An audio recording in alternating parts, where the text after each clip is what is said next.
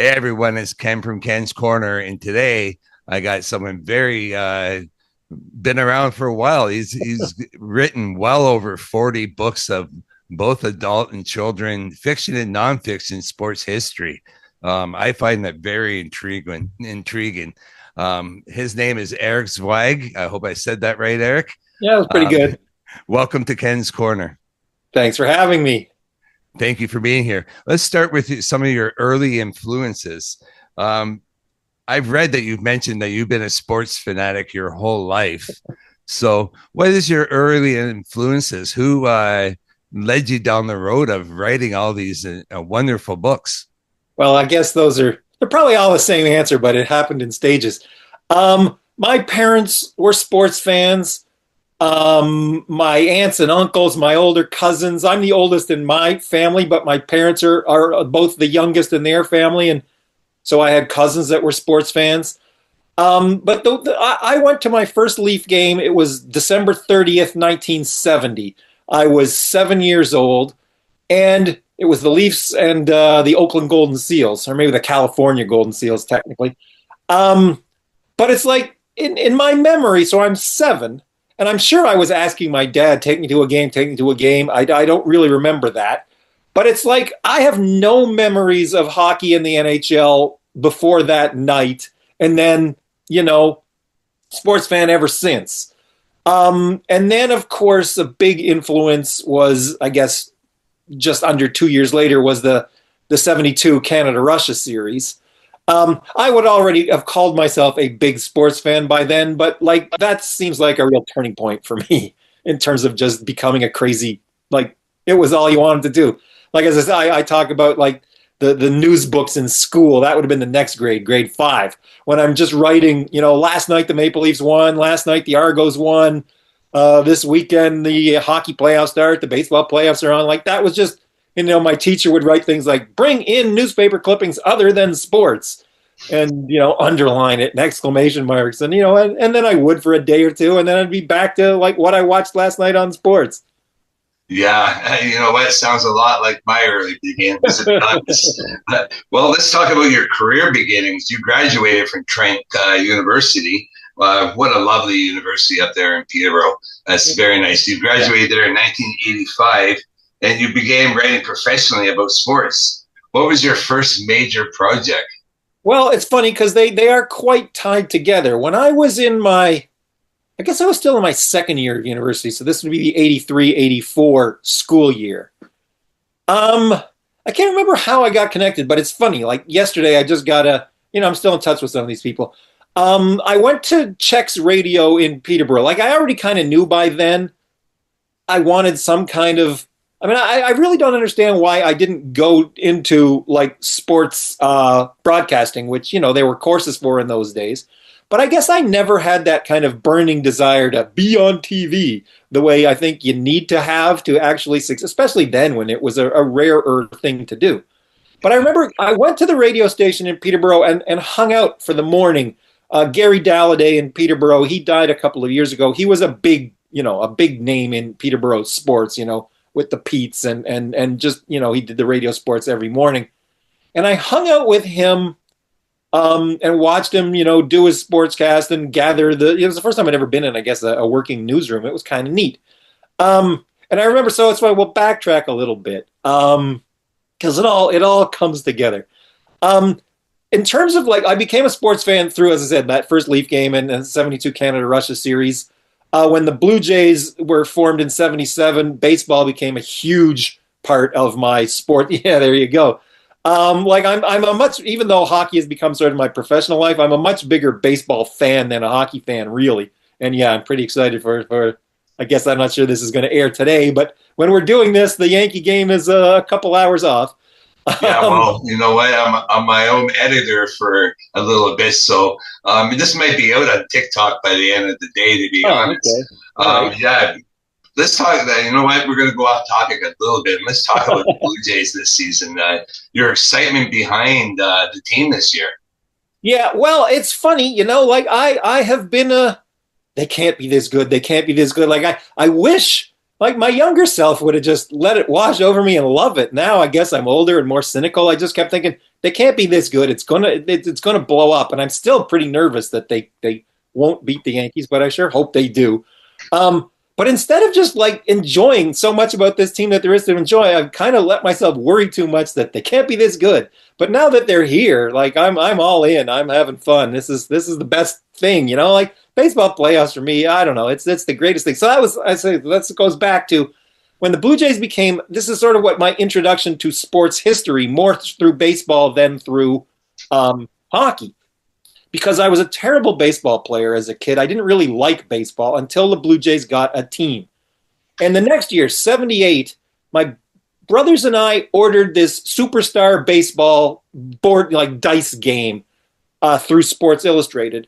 And it was like, you manage 96 of the greatest players in baseball history. And it was the first time I learned like the old, I mean, obviously I knew Babe Ruth and probably Lou Gehrig, but like Christy Mathewson and Grover Alexander, they all had cards in this game.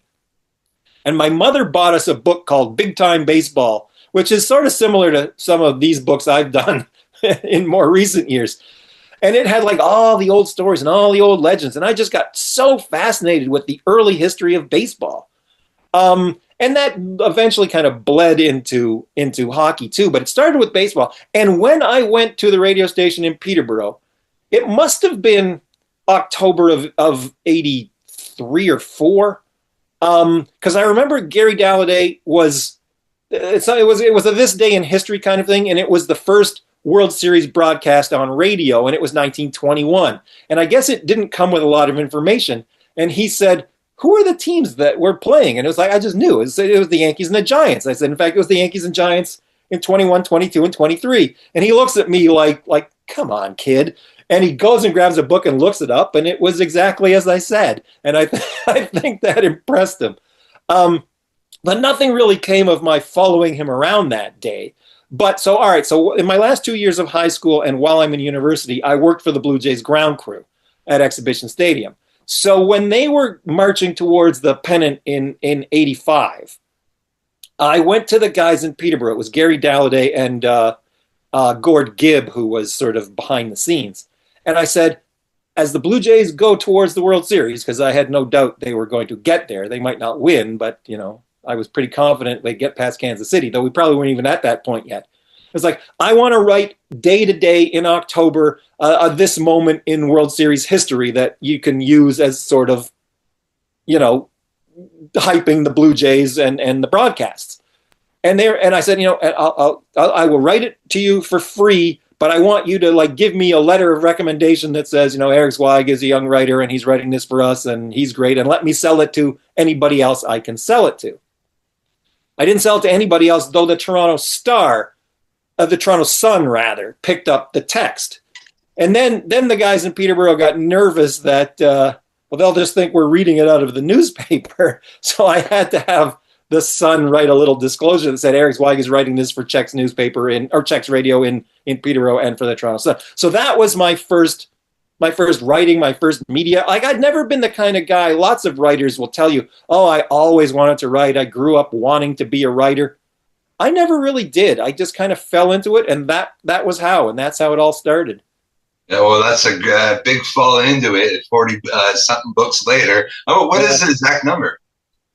You know what? I never know the exact number, and I never know what to count. Right? Like, you can't see. Like, I mean, I helped with Dan Diamond and Associates for NHL Publishing. We did the guide and record book every year. I joined Dan in 96. So I did like 20 of those. Do I count that as books? I mean, they're not books I wrote. There are some of the publications with Dan Diamond, but it's pretty much up around 50 now, adult books and kids. Oh, that's amazing. All right, well, you know what? Talking about that Blue Jays first World Series, we're going to go back to 1992, and that's also your first novel. It was called Hockey Night in Dominion of Canada. It's set in the early days of professional hockey. What inspired you to write this book? Well, at that point, I'd been working for a while for a small electronic newsroom. We were sort of ahead of our time, but the technology wasn't as good. Like I worked for a company that basically had what we called scoreboards, big LED digital displays that mostly sold to bars and restaurants, sports bars. I mean, they liked it because they could chicken wing night, Tuesdays, 10-cent wings. But there was always content. We wrote sports and entertainment and news. And one of the things that we were always trying to find programming, for lack of a better word, was like, what can we do in the off season, like in the summer, that's still hockey related? What can we do in the winter that's baseball related? And so one of the projects we did, we were just going to write little vignettes on Hockey Hall of Famers, and just so I already knew some of the people at the Hockey Hall of Fame at that point, and I got a copy of their, I can't remember what they called it. It was a soft cover book they did that basically was just the biographies of all the Hall of Famers. Yeah. And because of the format, we couldn't write more than a sentence or two. So I, 3 paragraphs in that book could turn into 12 stories about Lester Patrick or Cyclone Taylor. and I just and specifically those two, Lester Patrick and Cyclone Taylor, I noticed how often their careers had overlapped. And I remembered that I had seen a book about the Patricks and Cyclone Taylor in the library near where I lived. And I took them both out. There was Eric Whitehead's books about the Cyclone Taylor and the Patrick family. And I read them. And again, you can just see how many times Taylor and the Patricks' lives had interwoven in their hockey careers and in their just the history of Canada. And I, honestly, it sounds stupid, but I was in bed one night, couldn't sleep, and this idea for a story that would tie it all together sort of came into my head. It was a fictionalized account of the Renfrew millionaires and the political background of what was going on in Canada at the time, and it has a sort of fictionalized plot of an assassination attempt on the Canadian Prime Minister at the time. And I was getting sort of frustrated at the job and wanted to try something new. And I remember going to my father, who had been a dentist for years and had hated it, basically, and had recently gotten out of dentistry. And was like, Dad, I want to quit my job. I want to move to the cottage for a year, and I want to try and write a book. And instead of going, what, are you crazy? My father, because, he understood sort of getting out of something you were unhappy in, said, you're 28. You're not going to have much more chance in your life where you can do something like this. Go for it. So I did. That's very nice. Yeah. That's amazing. Your dad to say something like that that's inspiring. Yeah. Well, I mean, I don't know how many people would tell their kids, quit your job, run away. But I don't know. But it worked. Yeah, but it worked out very well for you. That's very, very, very good story. Thank you so much. You transitioned into nonfiction books. Over time, you've authored numerous nonfiction work. What motivated this shift for you? I think opportunity more than anything else. I wrote that first novel, as I said, I kind of quit my job in the summer of 1990. It was published and came out in the fall of 1992. By then, I certainly needed work again. And I'd found I did some part-timey stuff at a bunch of different places. Actually, when TSN was doing some, first the TSN used to have and they do again, they had a radio, nighttime sort of sports radio that I would help produce from time to time. Nice. And I did a little bit of work when they started up their website, but not very much. So I needed work. I eventually, I got a job when the new Hockey Hall of Fame opened, but I'd hoped to become Phil Pritchard, basically, but Phil Pritchard was already Phil Pritchard and is still Phil Pritchard. So there were no openings there, but I was what they called a guest associate. I was one of the people who, welcome to the Hockey Hall of Fame. The trophies are upstairs. The exhibits are over there. Burned out on that pretty quickly. But that actually, because I was always kind of bugging Phil and Craig Campbell in the Resource Center. Now, what can I do? What can I do? They actually ended up hooking me up with somebody who was doing it's funny, the technology, a CD-ROM about the history of the original 6. And I worked with those guys for a while. And that hooked me up with Dan Diamond. And I eventually got a part-time job with Dan Diamond doing small writing jobs for extra projects they were doing beyond the Guide and Record book. And then eventually that led to a full-time job. So now I was sort of just nonfiction was me now. I was, helping to track the history of, well, it wasn't even history at that point. It was the current goings on in the NHL. And I got an opportunity to do a children's nonfiction book. My wife at the time She passed away a few years ago. She had actually edited my first book. That was how we met. She was hired to edit Hockey Night in the Dominion of Canada, and she worked in publishing, and she mostly did children's books. And through her, I got a chance to do a small series of children's books for a Canadian publisher. And that, it's like, even then, like, people weren't reading as much as they used to be, and now it's gotten even worse, but people still buy books for kids. So the children's writer, I mean, I never really saw myself as a writer, but I certainly didn't see myself as a children's writer, but it became a good gig. And, some of the children's writing and the work with Dan would lead to more opportunities to do some books for adults too. So it's all been kind of a lucky accident, I have to say. I mean, I'd like to think I'm good enough that, my skill is the reason that it's kept going all these years, but it was all just sort of luck. Like, I never drew it up. It all just happened. Wow. That's amazing. My next question is, how did you balance the storytelling with factual accuracy? Well, I mean, I've only written the two novels, the Hockey Night in the Dominion of Canada, which was a book for grown-ups, and Fever Season, which was a book about the flu epidemic and the 1919 Stanley Cup, which was a novel for boys, basically, like 12 to 14, though, girls too. But I mean, I shouldn't say that, sounds so sexist. It's a hockey book for young readers. But they're both based on actual facts. Like, I've never been super confident in my ability to write, but I've always been confident in my ability to look things up.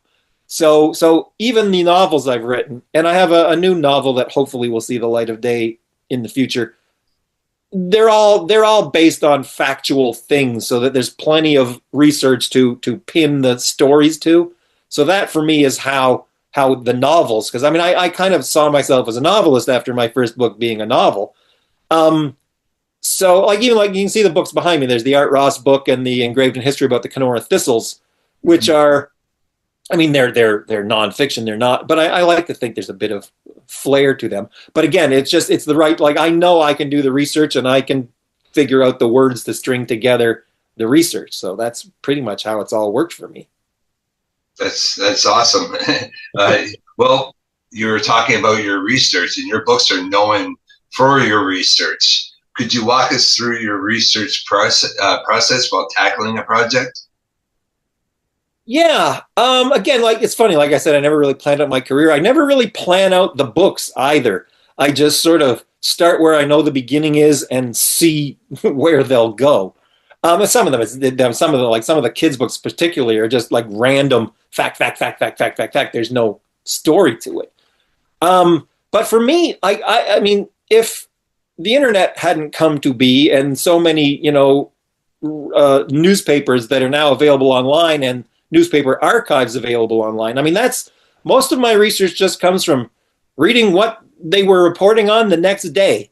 Like, how did that game go? Well, what were they saying in the papers the next day? Some of it becomes more tricky. And then a lot of it, like, I use as a kind of base, even still, though now there's so many more people have written more histories, like the Charles Coleman books, The Trail of the Stanley Cup. He was sort of the guy who kind of invented hockey research, really.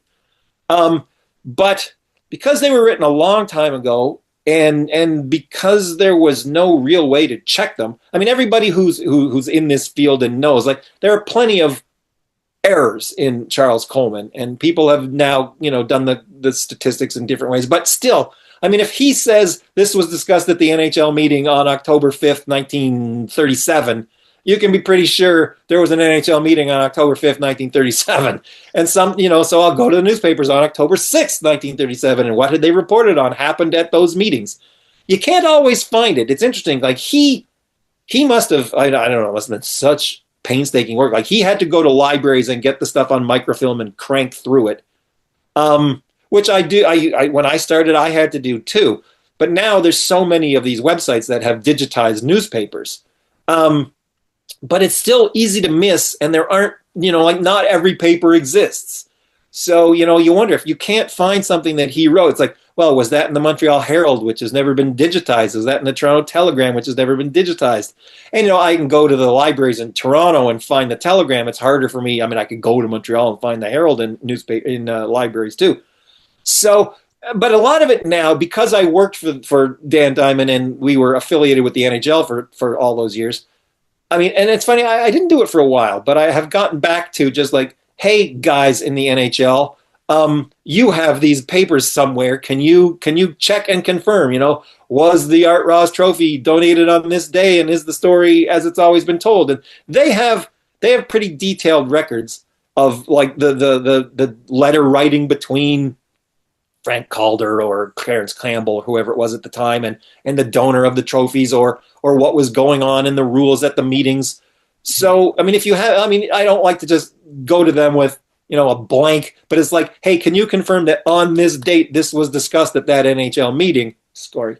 They can generally do that for me. So, it sometimes takes a little bit of time because that's not their top priority. Like they're generating stuff on a day-to-day basis that relates to what happened in the NHL last night sort of thing. But when you catch them at the right time, and interest them with like what the guy right now who sort of is the head of the NHL, I don't even know what they call the department.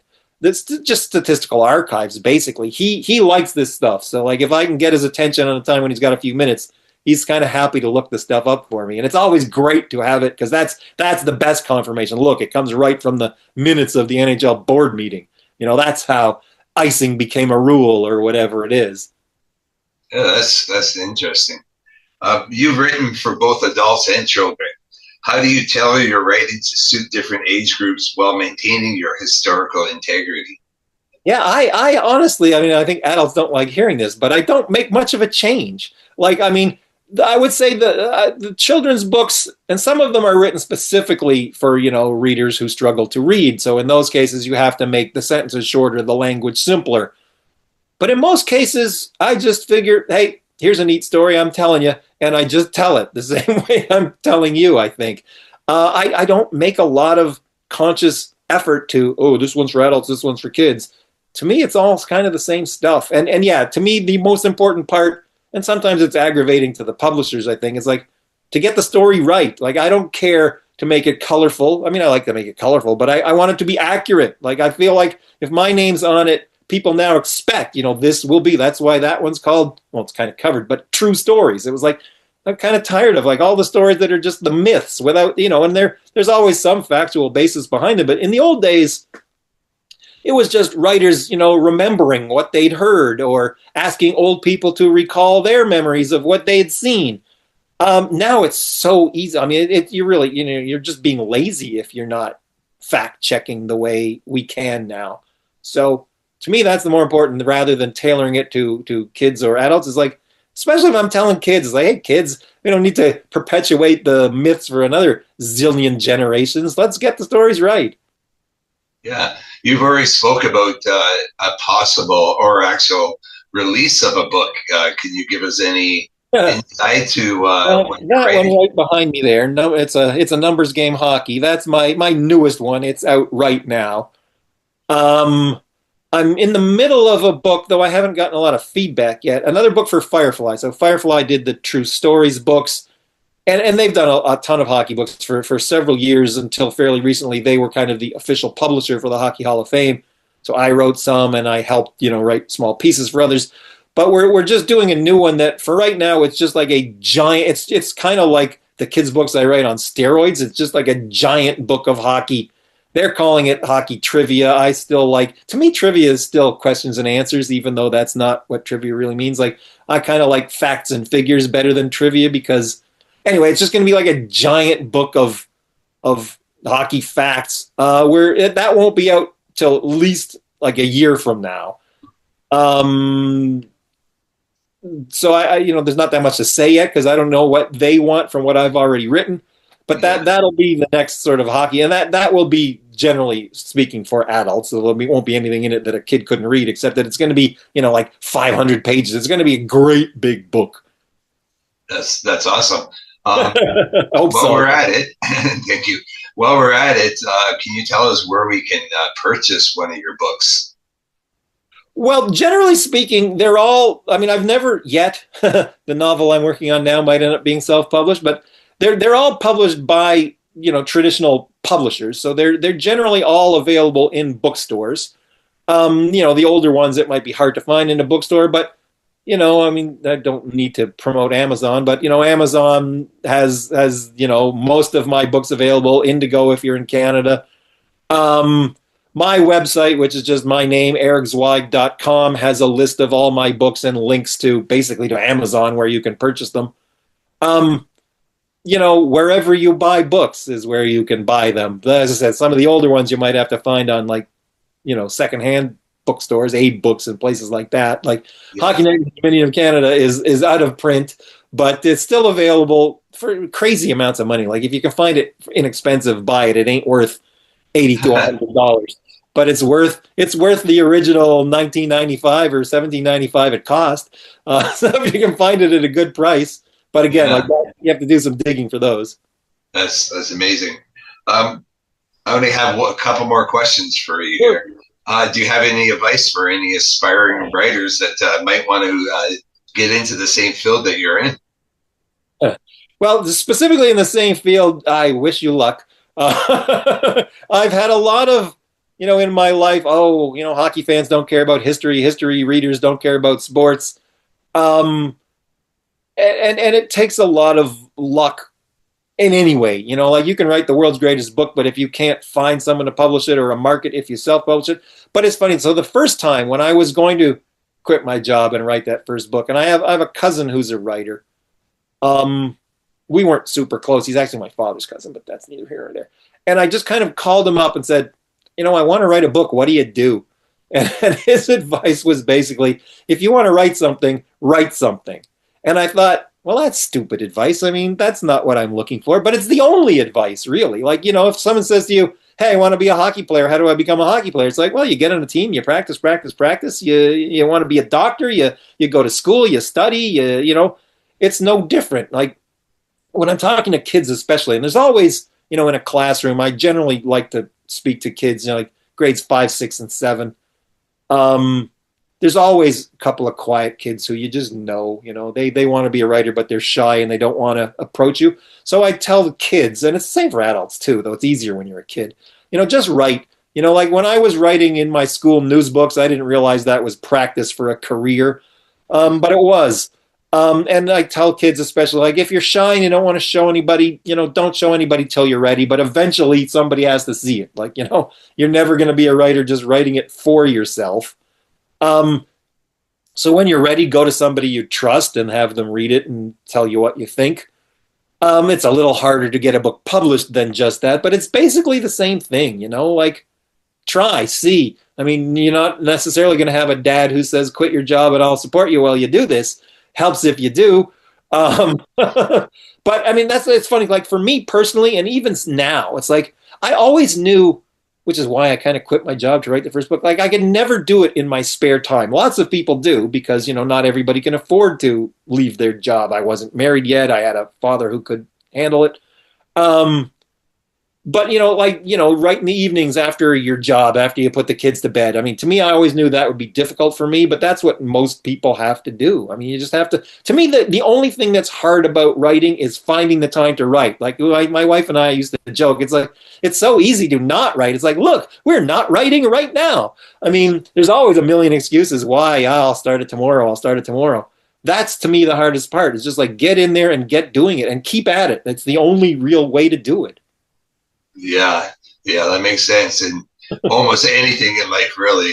That's great advice. Thank you. I just want to get your favorites in hockey. I know the NHL season's coming up. Are you following it much? Can you give us a top 5 of who you think?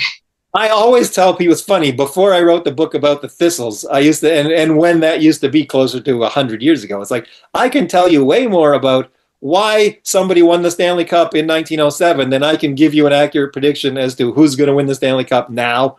Even when it was my day job to follow it that regularly, I never, I don't know, like I'm not the kind of guy who can look at a hockey team or a hockey player and see the potential. I mean, I'm a Leafs fan. I grew up in Toronto. They've always still been my team, though, in the 80s when the Oilers were great and the Leafs were terrible. I certainly, because my dad actually took my brothers and me to see Wayne Gretzky when he was still playing for Sault Ste. Marie. So I was a Gretzky fan from quite early on. So the Oilers that took over in those days, and I still like the Oilers because of Connor McDavid, but you don't want to ask me who I mean, do I think the Leafs can win this year? Sure, they could. They probably won't, but that's more based on the fact that they never do than anything I can tell you. My good friend Paul Hendrick says there's 32 teams in the NHL right now, and only one team can come home happy. Yeah, it's sort of true. And like, is Ottawa going to build on last year? Is Montreal going to build on last year? I mean, like, I think Toronto will be in tough to win the division again, and yet I couldn't tell you who I think is their biggest challenge.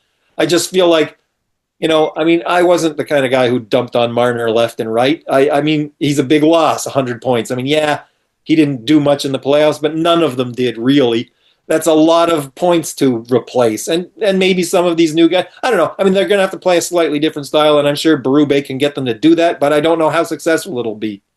Yeah, it's going to be a very interesting season for sure, especially with the cap coming into the playoff picture. So teams like Florida can't over put players. The next thing you know, they got an all-star team running. But very interesting, very interesting.